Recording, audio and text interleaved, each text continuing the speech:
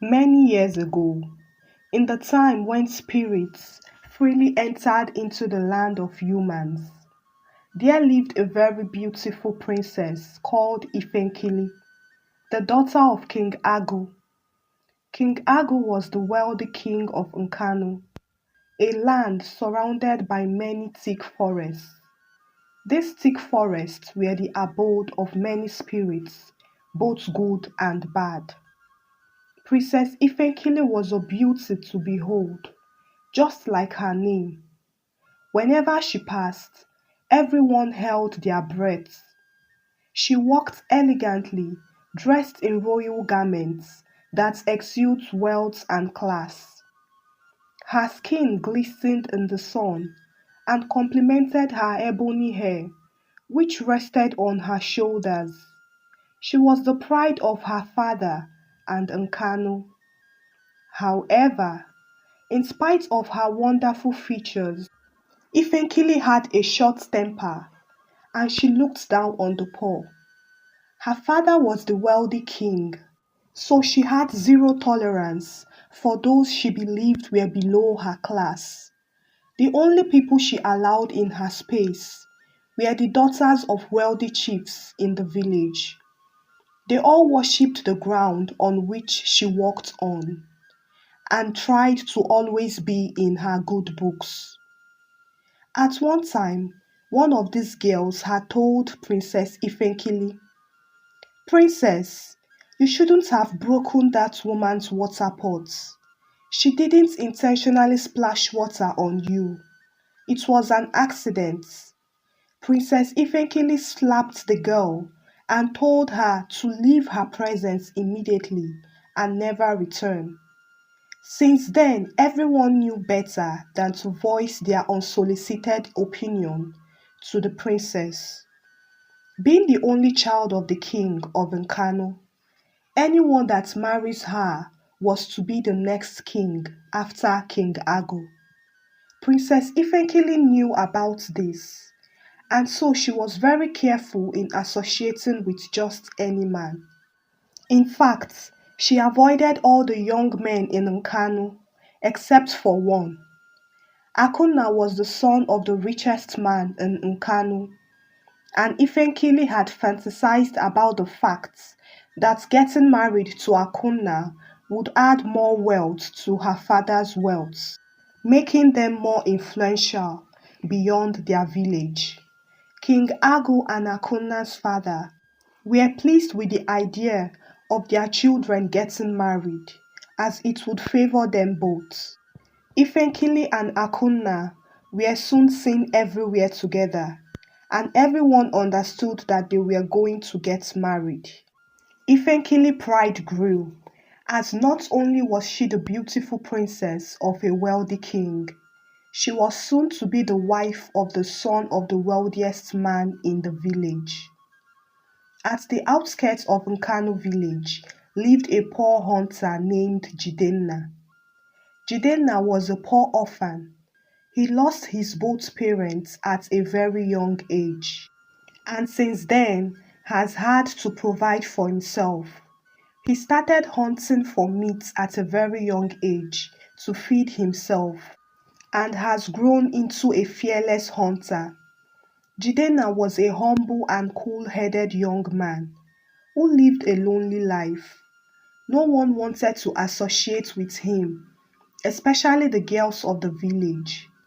His life was very basic. He would go hunting, take his catch to the market to sell, and then return back home.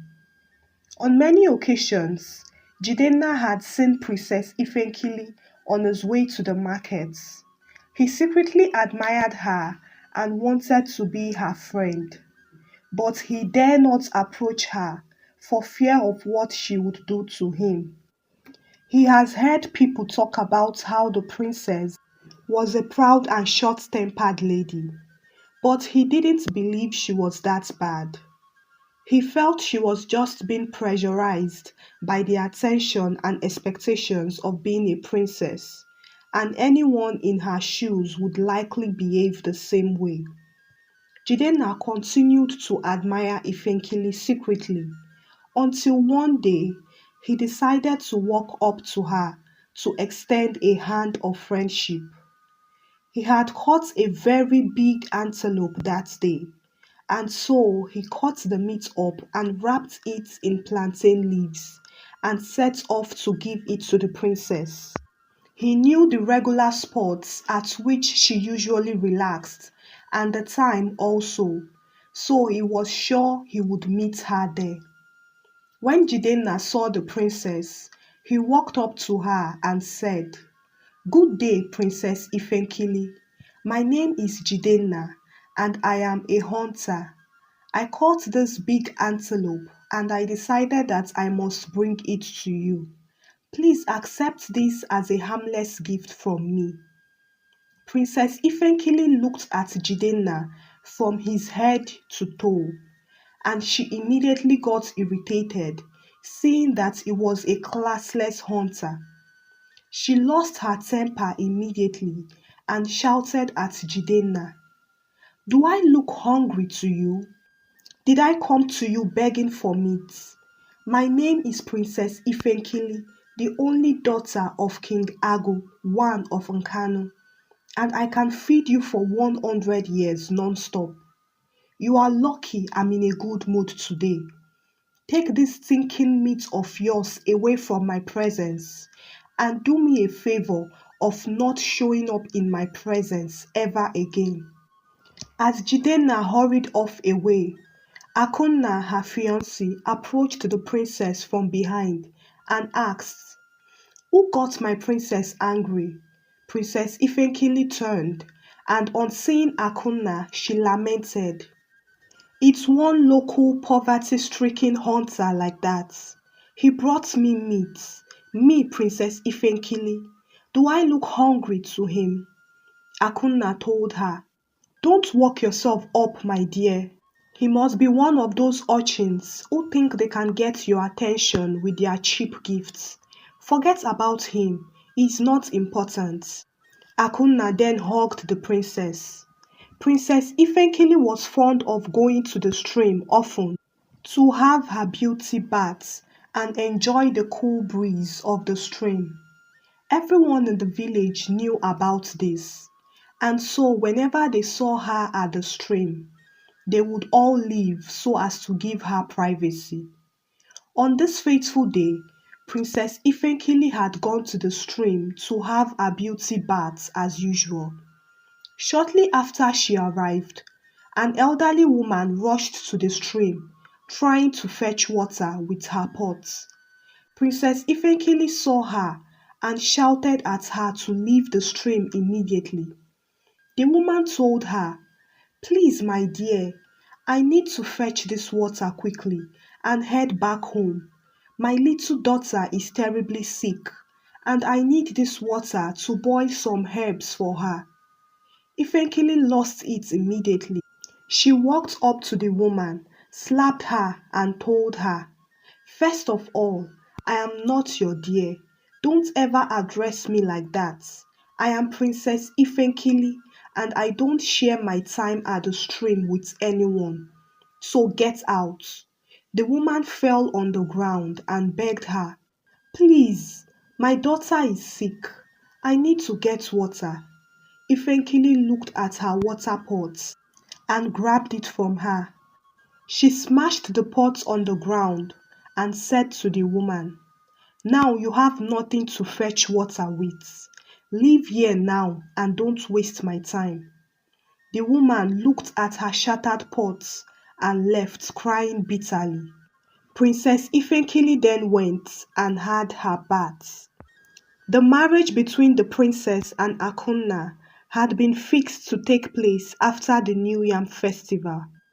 They were both excited for it and looked forward to life as husband and wife when a huge tragedy befell them. Princess Ifenkili started to complain of stomach ache. She was given some herbs to drink to cure it, and it did cure it.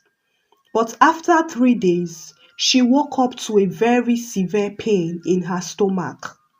The herbalist came and gave her some herbs, but this time nothing worked. Rather, the pain grew worse and her tummy started to swell.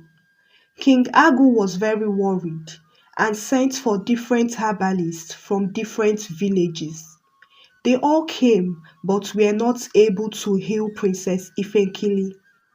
Her condition grew worse by the day, and her tummy grew so big, like a woman pregnant with triplets, such that she was not able to walk anymore and had to be confined to her bed.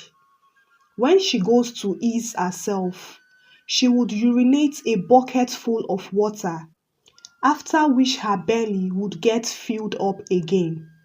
This was the kind of sickness that befell the beautiful Princess Ifenkili of Nkanu. Word soon spread throughout the village that the high and mighty princess has been stricken by a strange sickness that has defied all treatments.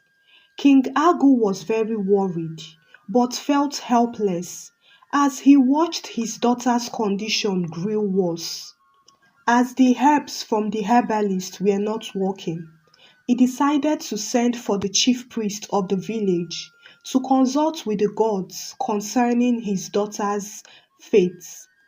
When the chief priest arrived, he went in to see the princess, but he immediately left the room. The king was surprised and asked him what the problem was.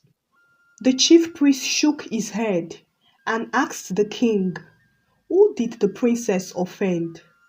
The king was confused and asked the chief priest what he meant.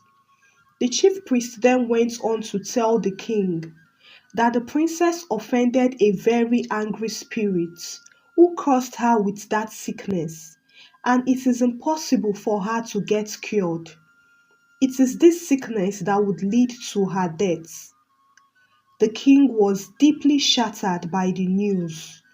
Who did his daughter offend to have caused her this way? He knew that his daughter can be extreme sometimes, but she is not a bad person. This is too much for her.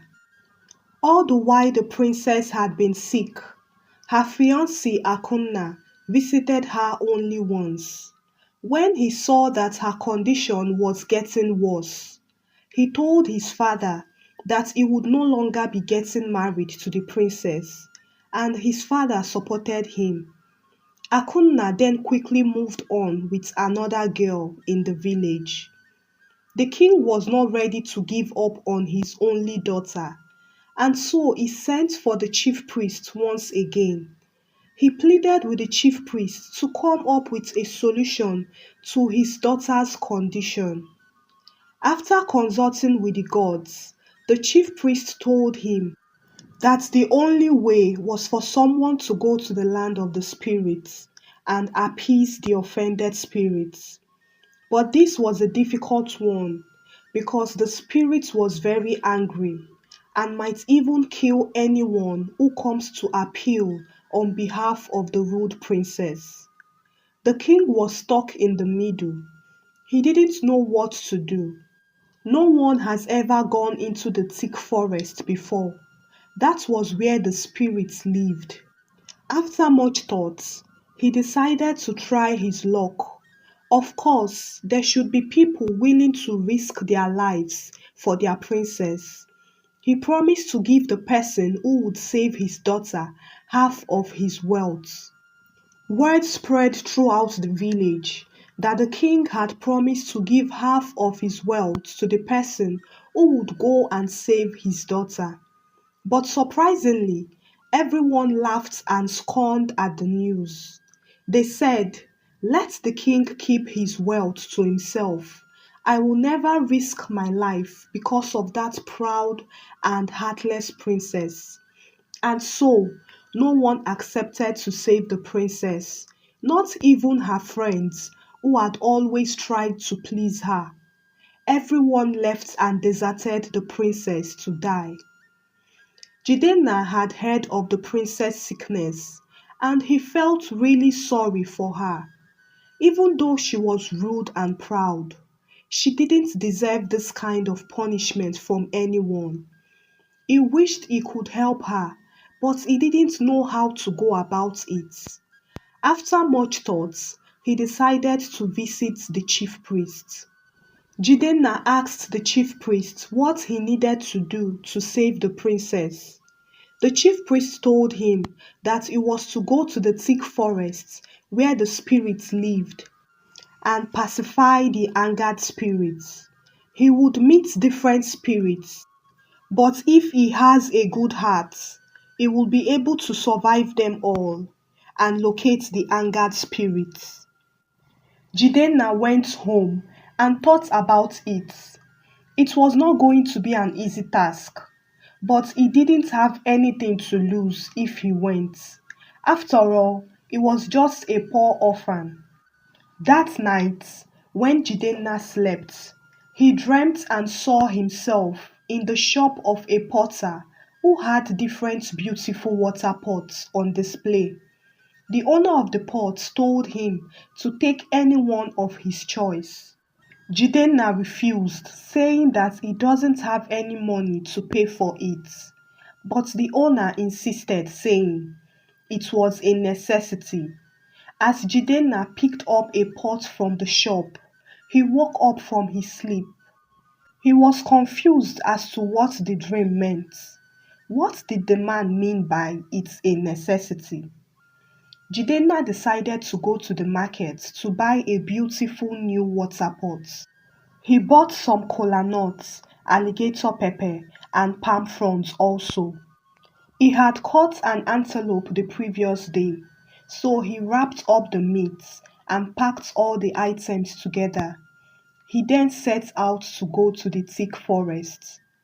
At the entrance of the forest, Jidenna saw two men fighting. They were blocking his path, and so he could not pass. He brought out two palm leaves and offered the men one leaf each. He begged them to not fight anymore and to embrace peace. As the men turned to him and collected the leaves, they both vanished. Jidenna was scared and ran with his items into the forest. He had not gone deep into the forest when he saw a young girl who was caught in a trap crying. Jidenna went over to her, removed the trap from her leg, and pressed some juice from the palm leaves into her wound. As he was about to ask her where her house was, the little girl stood up and vanished into thin air. Jidenna was taken aback again. He had just encountered a spirit again. He continued with his journey until he got to a baobab tree. The tree was blocking the way, and there was no way to move any further. He dropped the pots on the ground and brought out four kola nuts, the type that has six lobes, and some alligator pepper. He laid a palm frond on the floor and dropped the kola nuts and alligator pepper on it. He then beckoned on the spirit of the tree to accept his sacrifice and come to his aid. The sacrifice vanished into the tree, and an elderly woman came out. The same woman Princess Ifenkili had slapped and broken her pot at the stream. She looked at Jidenna and smiled. You are just like your father, Jidenna. Jidenna was shocked. How do you know my name? He asked. She replied, Your father was a good man. I met him when I came to the land of the living many years ago. Someone had accused me of killing her child with the herbs I gave her, when the actual fact was that she carelessly administered overdose to her child. The villagers were quick to want vengeance, and the king ordered that I should be stoned to death. Your father knew that I was innocent and helped me escape. The villagers found out what your father did and killed him and your mother in place of me. You were safe at that time because you were at your maternal home. I was indebted to your father for life, and I knew that I had to repay him through you, his son. I also held a grudge against the king throughout all these years. And when I heard that his daughter was a proud and mannerless girl, I decided to punish him through her. I met her at the stream and she slapped me and broke my water pot. She showed me no sympathy even when I told her that I had a sick daughter who seriously needed the water. That was a perfect opportunity for me to carry out my vengeance.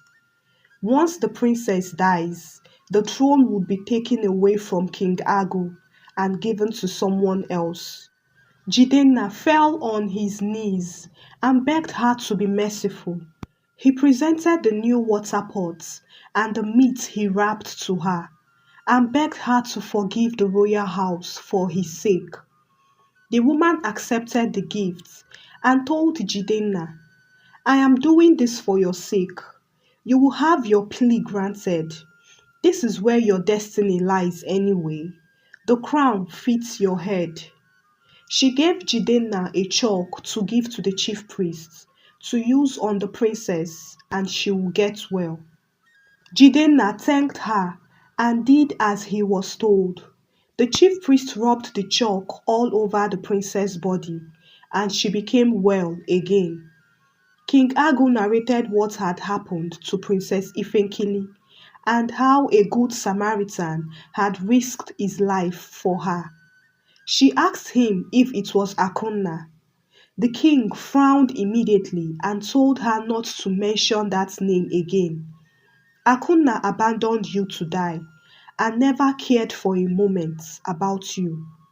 The king then told her that it was a hunter named Jidenna who had saved her life.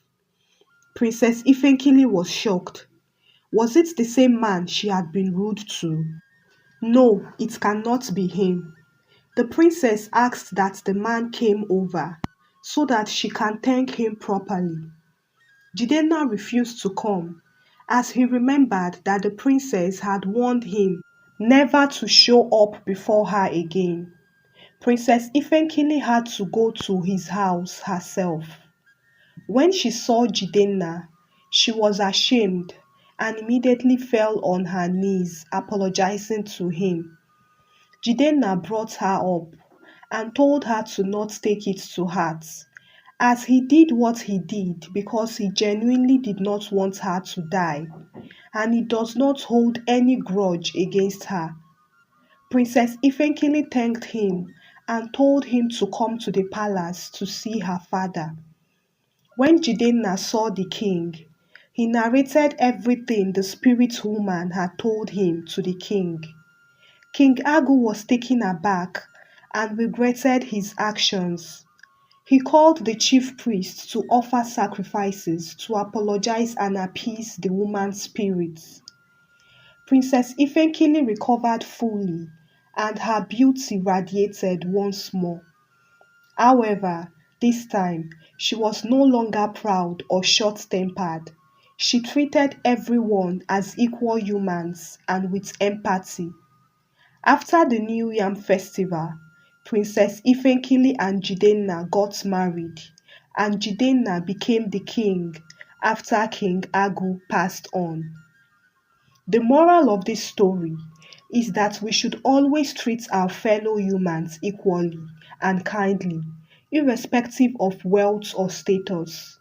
Also, remember that what your money or status cannot get you, your good heart and virtue will get you. Virtue is humanity and virtue is priceless, and everyone should strive to cultivate it.